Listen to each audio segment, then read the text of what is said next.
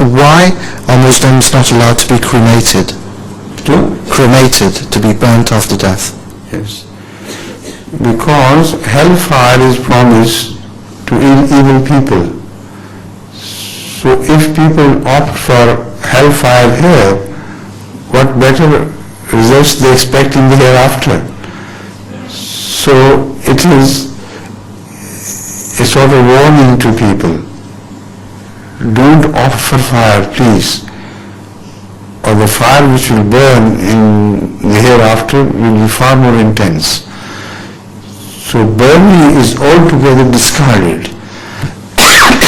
And it is done so not only by Islam. It is the first act of burial which was taught to the children of Adam by, let me say, not a divinely revealed order, but by circumstances which indicated that people should be buried.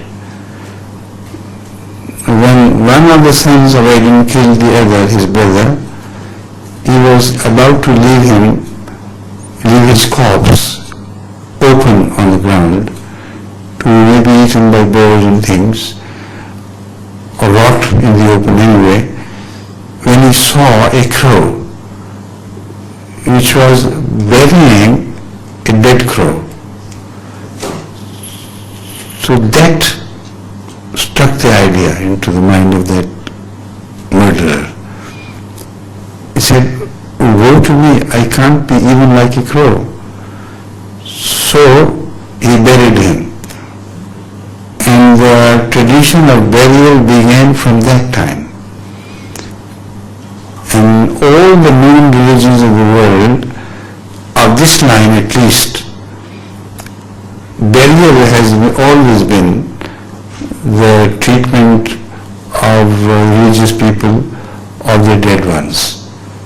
In Judaism, in Christianity, and in the religions before them, up to the time of Adam, all the religions which are mentioned in the Holy Quran or in the Bible, you will find no reference of their burning their corpses. So we are at one with the religious community of our past.